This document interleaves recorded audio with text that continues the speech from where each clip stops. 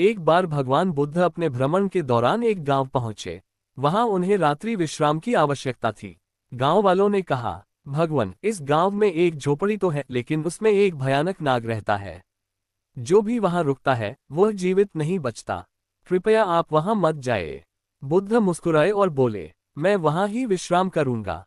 गांव वाले बहुत डर गए, लेकिन बुद्ध अपनी शांति और करुणा के साथ उस झोपड़ी में प्रवेश कर गए। रात के समय वह विशाल नाग प्रकट हुआ।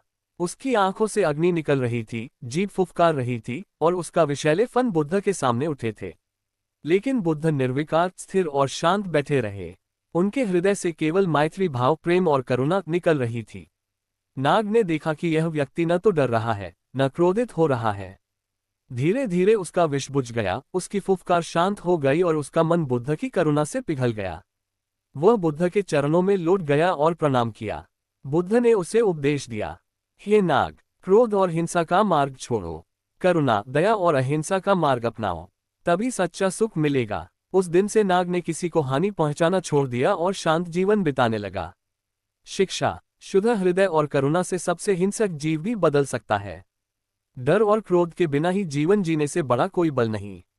बुद्ध का जीवन ये सिखाता है कि जहां करुणा है, वहां हिंसा टिक नहीं सकती।